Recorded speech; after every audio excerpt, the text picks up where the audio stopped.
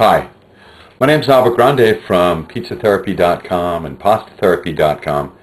Today I'm going to tackle the age-old question, how do you make spaghetti sauce? First of all, there's a lot of argument about what you call it. Do you call it spaghetti sauce? Is it called gravy? And in my house, as I was growing up, we called it both.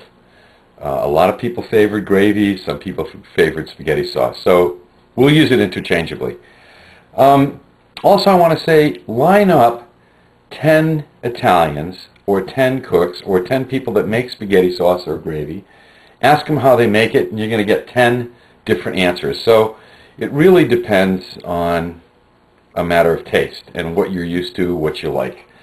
I was really fortunate, as I was growing up, I was able to speak to both my grandmothers, who happened to be born in Italy, and I asked them, how do I make spaghetti sauce? How do I make gravy? And they both laughed at me. And they said, you know, we can't tell you, Albert. We can tell you what goes in it, but we can't tell you what we put in it because we don't know. We've been making it for so many years. So bear with me. I'm going to show you how I make spaghetti sauce / gravy. And it's kind of a way from both my grandmothers and my mom, but I've kind of developed my own style.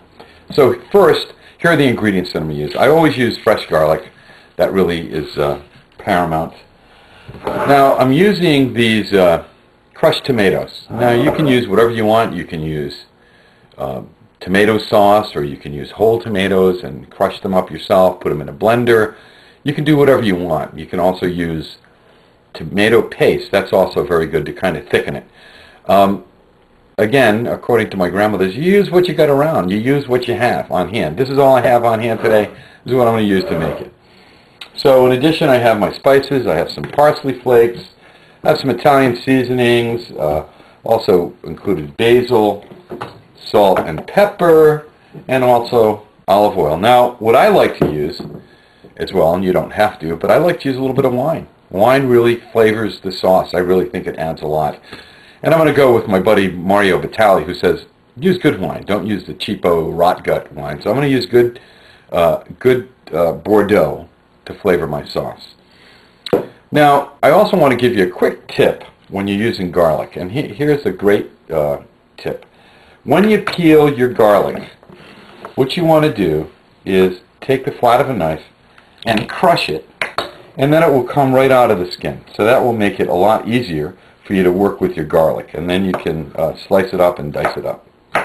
Okay, so let me get started. I'm going to finish slicing up my garlic, and I'll give you the next step. Okay, I've got all my garlic nicely diced up, and I'm going to add it to my pot here. I've added a little bit of olive oil on the bottom. And what I'm going to do is let the garlic just not brown, but just kind of saute a little bit to release some of the flavors of the garlic, and that will add a lot to the sauce. You want to be careful that you don't want to let your garlic burn. Then that will make the sauce not as good. Be very careful about that. Just lightly saute it. Okay, the garlic has been sauteed, and I've added my tomato sauce. They're crushed tomatoes, and because they were a little more chunky than I wanted, I put them in a food processor. So now I'm just going to let the sauce cook. And Grandma Grandi and Grandma Palmieri would cook their sauces all day. I'm not going to cook it all day, but I'd like to get, you know, the longer it cooks, the better it will be. I've got my spices here. I'm going to add them in, and there are different Italian spices and basil and also some parsley flakes. You really can use any kind of spice that you like. And I'll let that kind of infuse for a while and just let it saute. I'm going to add my wine right now. I like to add that wine. I think it really adds quite a taste to the sauce. Put that right in. And again, you can use anything you have around, any kind of meat, or you can make meatballs, or you just want to leave it vegetarian. Anything you want will taste great. Now, a couple of tricks. My buddy Mark Esposito always puts in about half a teaspoon of sugar to cut the acid. You can certainly do that. I've heard other people use a carrot. I generally don't do that, but you certainly can. The cool thing about spaghetti sauce is whatever you like, whatever tastes good to you. So I'm going to let this cook for a while, and I'm sure it's going to be good. And again, the other trick is if your sauce is too thin, too watery, leave the top off and let it cook uncovered for a while. If it's too thick, you can add a little bit of water. And there you have it.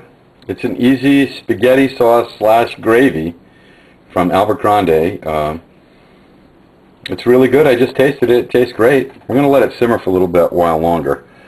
So this is Albert Grande from PizzaTherapy.com and PastaTherapy.com, AlbertGrande.com, telling you pizza on earth and pasta sauce and gravy as well.